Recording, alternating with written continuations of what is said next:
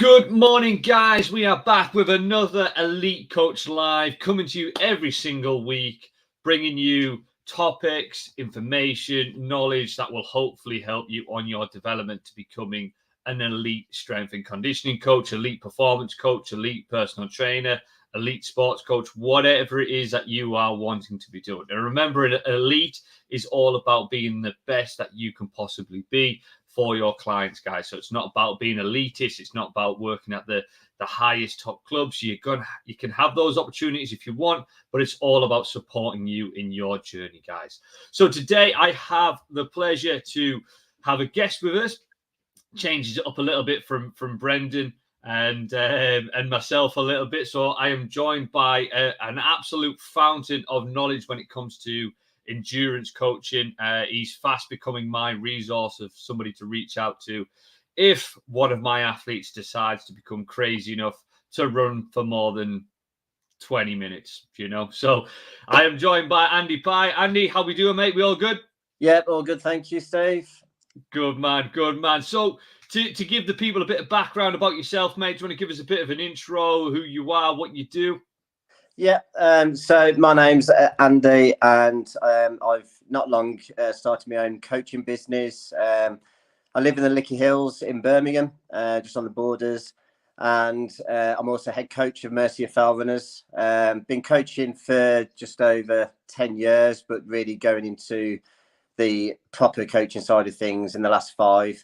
And came to yourselves to become a strength and conditioning coach about 2 years ago. It's taken a bit of time because I've got a 2-year-old and COVID and everything. It's just taken all my time at the moment. And now we've just thrown a new puppy into the mixture as well. So time is very just getting swallowed up all the time, as you know. It's all good, mate. It's all good. So, mate, let's jump straight into it. So, where did it all start, mate? What? I'm sure you probably just didn't roll out of bed one day and went, do you know what? I'm going to go fell running. I'm probably just going to go and do a 50-kilometer race.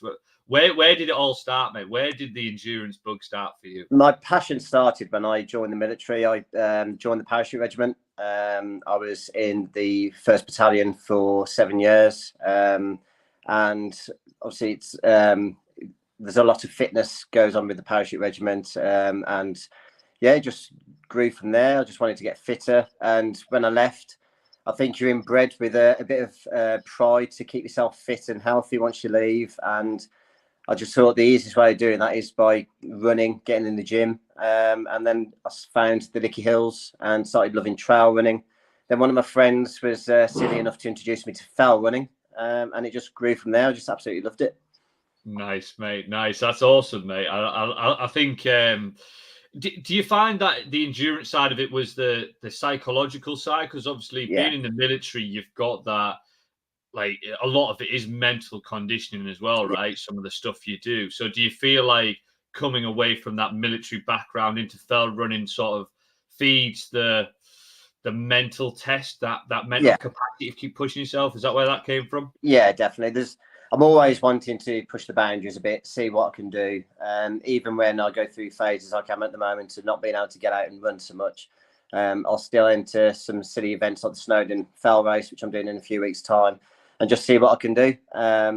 My biggest event was the Ultra Trail Snowdonia 50, which I did in 2019.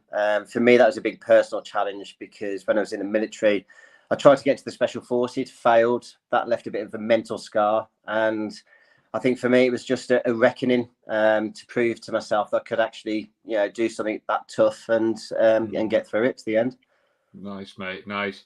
I won't be joining you on any of these events. I just want to put that out there, mate. They're great fun, though. They really are good fun. And the other thing is, especially with the ultra stuff, you put yourself through an adventure for the time it takes. You have highs, you have lows. It really tests your mental capacity as well as your physical capacity. It pushes you to all boundaries. Yeah. It to be fair, I did one kind of endurance-based event a couple of years back. It obviously was nothing like a massive run or something, but it was called the kettlebell carry, and basically it was taking a pair of 16s on a big ass trek along rocky terrain and all sorts. So, but that mental test, I've never had anything like it, and I can see how it becomes mega addictive, you know, Yeah, and yeah. just wanting to get in with that, you know. So that's awesome, mate. So obviously you had that passion for endurance running. When did it start to flip and say, actually, I want to coach people on this? Well, I feel like I want to give back a little bit, because I think sometimes I find with people who do find a passion for a sport, especially when they've left the military or left kind of a high pressure or a professional environment, it's kind of their release. And Yeah. selfishly, not in a bad way, but they kind of want to hold on to that themselves, so they don't really go into coaching because they're like, this is mine. I don't. I just want to be able to do my own thing and crack on. Where did the coaching element come into you, mate? When I joined Mercy Falconers, I then got exposed to some off-road coaches, and I just wanted to be a bit of that. I wanted to give the knowledge that I had to other people. And in Birmingham, with it being a city, there's not many off-road coaches to approach. And for me, I wanted to make it accessible to everyone, because it doesn't matter how fit you are, you can get onto the trails and experience how great it is to run off-road. So part of it was I saw a niche in the market, and especially down here. And I just, for me, it's not about earning the money, even though that's a nice bit on the side. It's about allowing people to experience what it's like to run off-road. That's awesome, that, mate, because I think a lot of people think that you have to do one or the other for your living, and I think the fact that you've got that nice blend and it's the passion first whilst you're building things in the background, which is really, really cool. So I love that, mate. So like let's sort of dig into it then, in terms of the S&C side of things, because I've worked with quite a few endurance athletes and quite a few guys who at athletics clubs, so they're either doing the 3,000, the 5,000, or then they're going on to the road stuff and doing half marathons and 10Ks and stuff. And the common one that I always get is, I don't want to do weights because I don't want it to slow me down. After I finish pulling my hair, that the little that I've got left out, and punching myself in the face, you know, it starts with that education process. But sort of dig into that. What's kind of your biggest barriers you have with your guys in terms of the S&C side of things? The biggest barriers I have is one, people don't think they're running enough mileage, so they'd rather sacrifice an S&C session to go out and run. And two, recovery runs. They always feel like they've got to go out and do recovery runs, and I pull my hair out, because a recovery day is a recovery day. Do absolutely nothing, sit on the couch, drink tea, you know, eat biscuits and watch, you know, Netflix. With the S&C side, as we all know, you need to be pushing weights literally every single day to actually put any mass on to get bigger. And I think a lot of it is education, because I think a lot of people don't realise I think it was Richard Belgrove that proved that reduction of injury can be improved by 63%, and performance can actually be improved by about 54%. And it's a unilateral exercise, isn't it, running? So you've got to work a unilateral way in the gym as well. It's not just about doing squats and stuff. It's about getting on single leg, doing all the twisting, doing all the McGill 3 exercises, all that sort of stuff, just to be strong. Because the stronger you are, the easier it is to run. You're more efficient. You're producing more power, so you're having to put less effort in, so you run faster.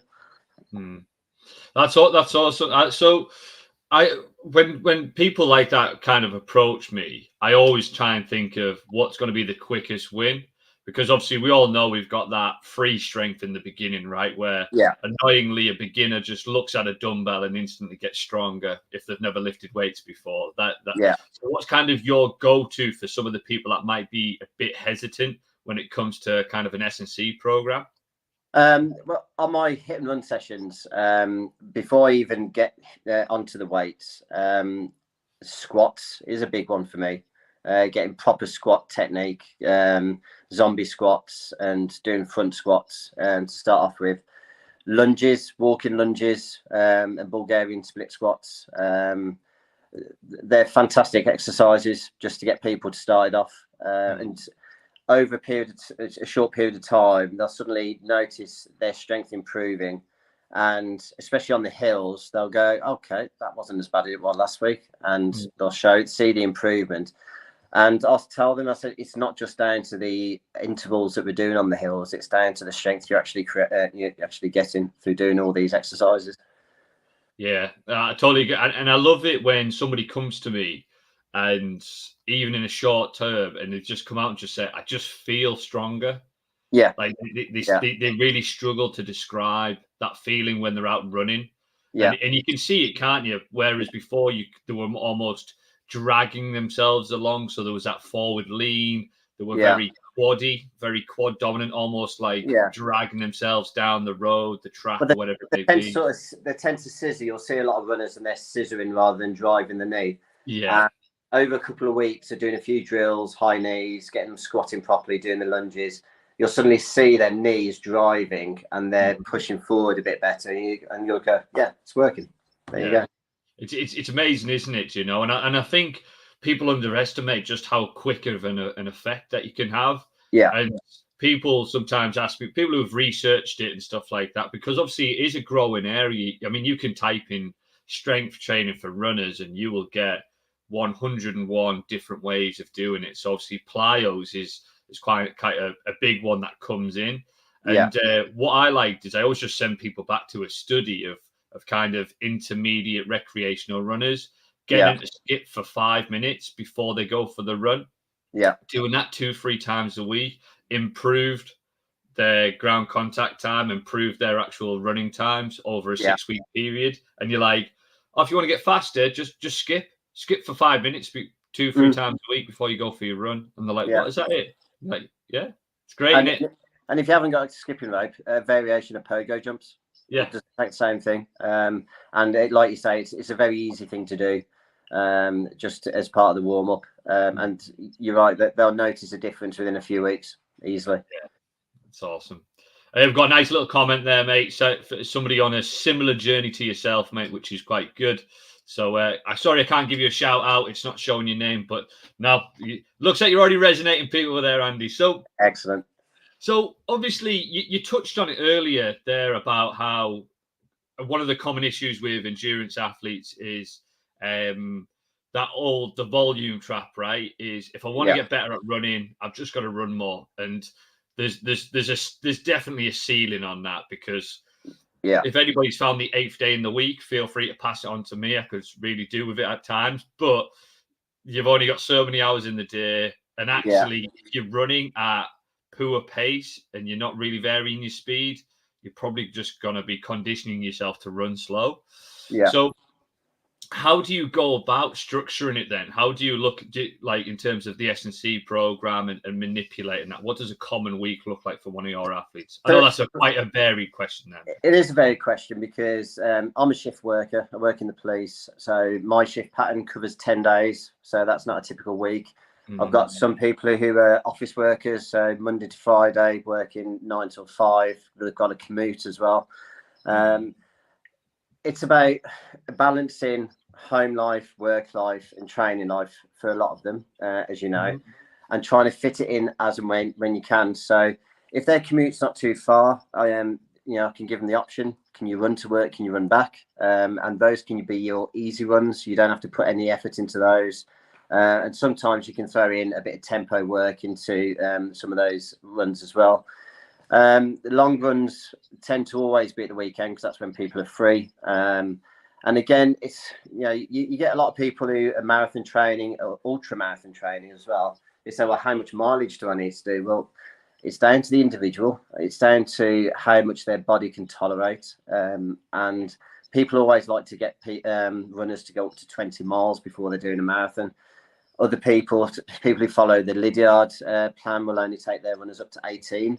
Now, for me, 18 miles, you've still got over 10K to do. So it's about conditioning, really, over the period of the week. S&C side, I'll always try and make sure they get 2 days a week. I think it's important that they get 2 days. One day where they can do injury reduction exercises. And again, that can be done after a run. If you've got a short, easy run, you can throw that in 20, 30 minutes after a run, so you can fit that in quite well. And one predominantly good session in the gym, if they've got access to a gym or some weights or using some bits of equipment in the garden to do some proper strength training. Doing all those really good squats, lunges, pull-off press. And sometimes I then start to try and introduce them to Olympic lifting as well, because it's really good for the posterior chain. A lot of runners neglect the hamstrings.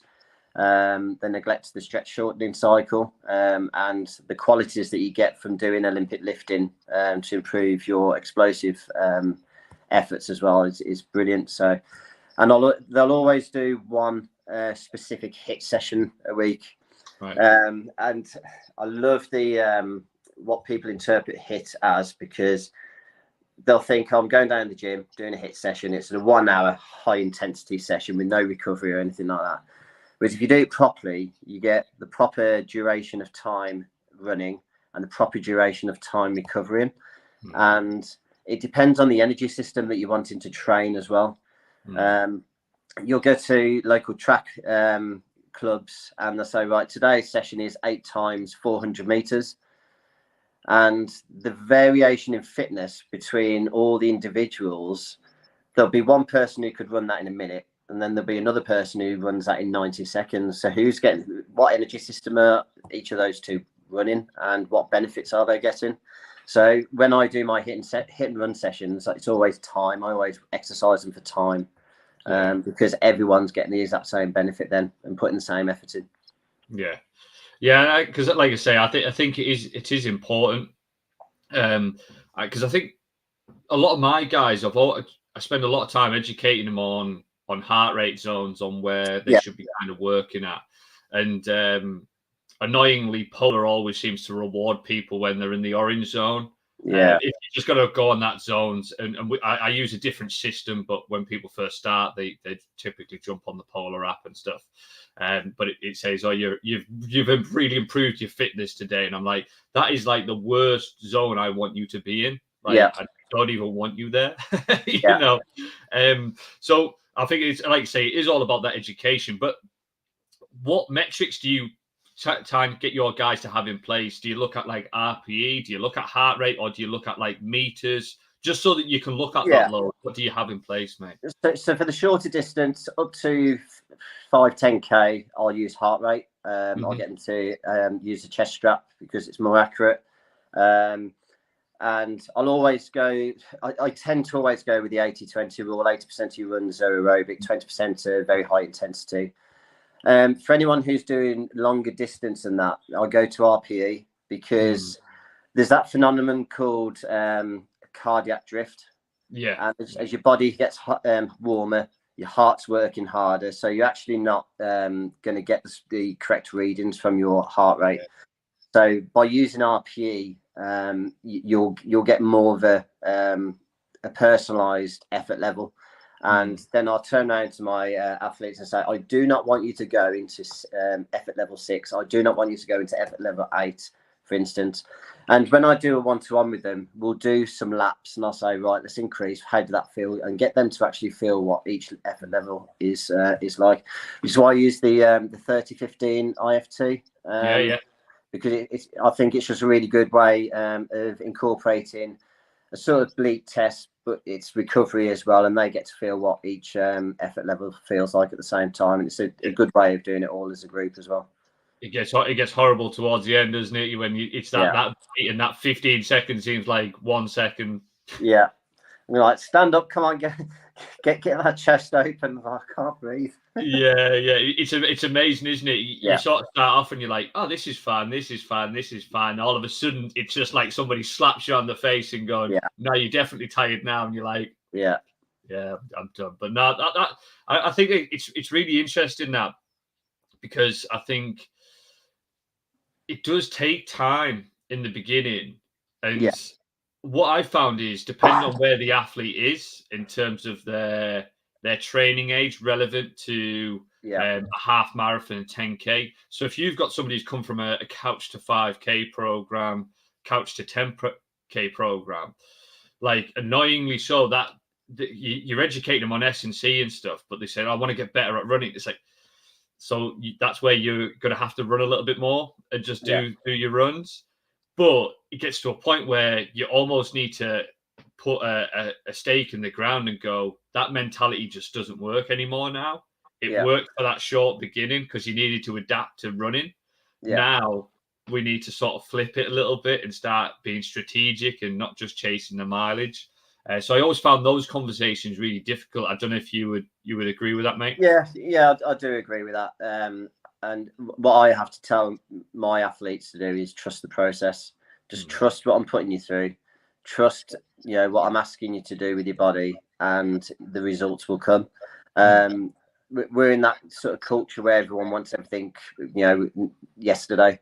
And with running, it doesn't work like that, especially with aerobic capacity. What I have found is a lot of people that have come from the gym environment, especially, and have done loads of HIIT training in the gym, you get them to run slow, and it's the hardest thing they've ever done because their heart's not conditioned to it. And to condition your heart and lungs to run at an aerobic capacity can take anything up to 6 months to run efficiently. And it's just about educating, just saying, just stick with it because it works. And over that period of time, running the same effort, you'll actually see you're running faster. But by using the same amount of effort as well. 100%. I always say that, like, there's two types of adaptation. You've got kind of the peripheral, then you've got the central. The central, you don't always get instant feedback with straight away, because obviously that is your heart development and stuff. But your peripheral, that's your muscle. You get instant, like, afferent feedback from that. So, my legs are tired, so I must be running hard. I must be doing a good job, because you're getting that sensory feedback. Whereas in your heart and lungs, when you're running at that lower capacity to work on cardiac output, for example, you're not necessarily getting that feedback. So it's like psychologically, you're going, well, I'm just not working hard enough here. And it is a tough one in that. But again, after 3, 4, 5 weeks, people just start this. It has a little light switch moment, doesn't it, where it goes, oh, now I feel great now, Well, I had that light bulb moment with one of my athletes 3 weeks ago. I took them to it's one of the first guys I've actually managed to coach to do a short fell race, and they've done loads of trial in the past. And whenever he comes to my group sessions, especially when I get the group to hike up the hills, which again is an important thing when you're going off road, he won't hike; he'll always run. And I said, right, I'm taking you to a fell race. We're going to take part in this 2.5 mile, 1,000 foot climb fell race, and see how you get on. Afterwards, he came up to me. He went, "Nothing can prepare you for that, and now I know why you need to hike." It's because my heart rate was so high hiking up the hill, not running. He said, "I just couldn't keep up." I said, "Well, there you go." He had that little light bulb moment. He said, "Yeah, okay, I need to do more aerobic stuff." So there you go. Just drag them up a really steep hill, mate. There you go. And sometimes you just got to drop them in the deep end and say, right, if my education isn't going to teach you, then experience it, and then you'll find out yourself. Well, because I think for me that's almost like you've just got to challenge their ego. Obviously, ego is the enemy if you look in that stoicism, Ryan Holiday's work and stuff. But it is the person's brain will always think they are right. They'll never be told they're wrong. Do you know what I mean? Anybody that's ever had a child will know that the child is always right. It always thinks it's right anyway. So you can't. So sometimes they just have to experience being wrong without you saying you're wrong. Even you're not setting them up to failure, you're setting them up to learn. And sometimes that just needs to be part of it. So, so what I'm really interested in, mate, is obviously the trail running and the fell running side of things, because obviously there's quite a lot of research out there, road running and stuff like that. But when you start adding a lot more variables into the old fell running, trail running, mountaineering type stuff, obviously it's quite a niche area. So How do you start going about preparing somebody to be able to handle that, apart from just taking them out on the fell runs? What's the sort of process that you go into? So unlike on the track where you'll probably do the harder stuff at the end of the training periodization, you do the harder stuff at the start, you reverse it. I recently did the USCA Ultra running course by Jason Coop. He's one of the top ultra coaches over in America, and it's he said you do the least specific stuff first. So you're still, even if you're doing ultra marathons, and again, this is another thing I have to educate some of my athletes doing ultra marathons in, is they don't feel the need to do VO2 max training. Right. But you still do, because you're only going to get quicker by doing it. But you do it at the start. So your first periodization block will be VO2 max. And then you'll start on the hills, and you'll start with shorter reps, longer reps. And you'll do the harder reps first. And as you get closer to your event, that's when you start doing the longer, more aerobic stuff. And the same with the strength and conditioning. You'll do what they sort of talk about is doing the least specific. So you'll always do bilateral first, increase strength, but they'll reverse engineer. So they don't really go into plyometric exercises, which is one thing I'm sort of arguing with myself about, because I still think it's quite important. But they'll still do the 5x5 training, but they'll sort of stop doing resistance training about 2 months before, because you'll start going into more running and getting the mileage in. But they'll still do the resistance bands and injury reduction stuff all the way through to the end.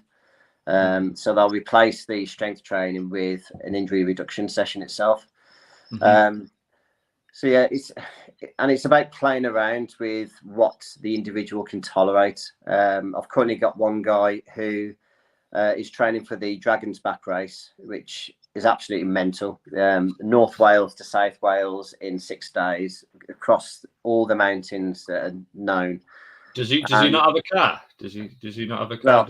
Well, I did say this when he asked me to coach him for it. I've actually looked at the event and thought I'd love to be able to have the time to do that, but no, not.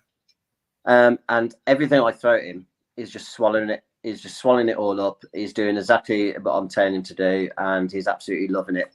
He's getting out doing the recce's, and he comes up to me the next week, saying, "Right, what's next?" And I'm just like, "This is amazing." But I have had to tell him a month before when we taper. I said, "You need to taper, because you're going to get itchy feet. You're going to want to go out, but you need your body to recover." But then I've got other athletes who, along with work, they struggle to get the time to get all the mileage in. So for me, it's about getting the back-to-back run and hikes in, and getting people used to hiking. Hiking's a big thing.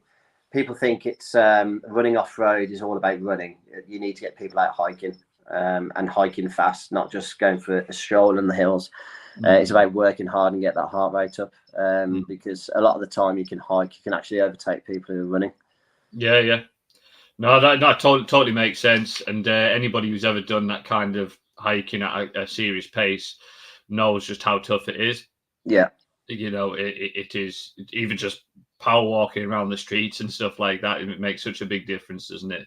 So looking at the S&C side of things, is there any sort of considerations that you change from when you're looking at the trail run and the fell running and stuff? Is there any sort of things that you look at a little bit differently when it comes to those? I think it depends on the event that they're entering. But I think strength and conditioning side of things, you're looking at doing a lot more core work with them. And the balance is trying to get loads of lower body exercises without compromising their runs as well. Because you can do a really good hard session on the legs, and then your next session is going to be a hard session out in the hills, and you've compromised it because you've got DOMs or your legs are absolutely knackered. So there's a big balance with that. But I always tell them that you don't need to feel DOMs, as long as you can work hard and get the exercises done. It doesn't have to be super heavy, as long as you're making some adaptations along the way. And upper body as well is still important, because on the longer events, people having to carry rucksacks with kit in, use hiking poles as well. and it's still a total body exercise. You're having to work everything. I do a lot of the McGill 3 exercises because, again, you want your energy going forward, and you will see a lot of runners who are twisting, or their arms are coming across the centre line of the body. And the stronger the core is, then the more energy they're going to have going forwards and as well. So I do try and get a lot of core working at the same time, but not your sit-ups, not your crunches. It's a lot of plank movements and things like that. Yeah, sort of like a lot of the deeper type stuff rather than yeah, totally makes sense. I think it's interesting with the trying to reduce and manage the fatigue levels. That's one thing I always say to the guys, and that's why I sometimes program 2 sets, 3 sets max, and it's just emphasize intent. And sometimes I'll closer to the event, I'll just start prioritizing a little bit more concentric based focused work. So I try and minimize the amount of eccentric that they'll do in a lot of the movements, so rather than making it controlled, just making it a lot more explosive, just because we recover faster from concentric. And if I want to work on higher levels of strength without leaving a lot of residual fatigue, then I'll go into isometrics and then go into some dynamic stuff as well. That seems to work because it's obviously the eccentric that does it. But I also say to the guys, well, when you're running a lot, as soon as you start getting to that longer distances and longer efforts, you get a lot of eccentric load through the body anyway. There's a lot of contacts that are going through the body. So let's just keep on that and again hammering the trunk, which is seems to be working. So last little bit for me then, mate, on terms of that. So thinking about the structure of the week. So obviously you're saying the long runs you've got at the weekend, that's right. And then you've got your kind of easy efforts might be going to and from work or just in and around. So is there, do you sort of think, right, they've got tempo sessions, so I'm going to try and remove the S&C session, I'm going to put it post tempo, or how do you sort of structure it there, or is it a matter of just fit it in as and when? Again, depending on the individual, but if I was to write a book and say this is your plan, Mondays would predominantly probably be an easy run with a bit of yoga, just to stretch off. Tuesdays, an easy run followed by injury reduction exercises for 20-30 minutes. Wednesdays would be your hard hit session, whether it be hill reps or speed intervals. Thursdays, a rest day. Fridays would then be your heavy S&C day. And then depending on whether they're doing an ultra or just training for something less, if it's an ultra and they're well within their training, Saturdays would be a long run, Sundays a hike. And if it was going to be a marathon or less, then Saturdays would predominantly be a rest day and preparing the body for a long run on the Sunday. And you can play around with that. Obviously, people have work commitments and family commitments. So when I use, because I use the training app Ripped as well, which has been absolutely fantastic. And I do tell them, if there's something prescribed on a certain day and you can't fit it in, just move it somewhere else where it fits, but don't sort of compromise your recovery. If you're training 2 or 3 days, make sure you have a recovery day. And I also tell them to listen to their bodies. It doesn't matter if they miss a day because they need to rest. There's a lot of external stresses that come into play these days as well. And if you're absolutely knackered and then you've got a hard session to do, it doesn't matter if it's missed, because I'd rather my athletes be fresh for their next session than just flogging themselves, which I find a lot of runners do, because they think, oh, I've got to do this session, because if I don't do it, I'm not getting the mileage and I'm not going to get the training in and stuff like that. Yeah, it totally makes sense. And that's why you see quite a lot of runners with brightly coloured tape all strapped to the legs, and not even in the right direction, as it just seems to be put on. And something else I think is important as well with the S&C is, especially when you're running off-road, downhill running. It's been proven that you put about 7 times your body weight through every single footstep downhill. which, if you think about it, it's a lot of pressure going through the quads. Yeah. So actually going out and instead of just doing uphill reps all the time, is doing downhill reps as well.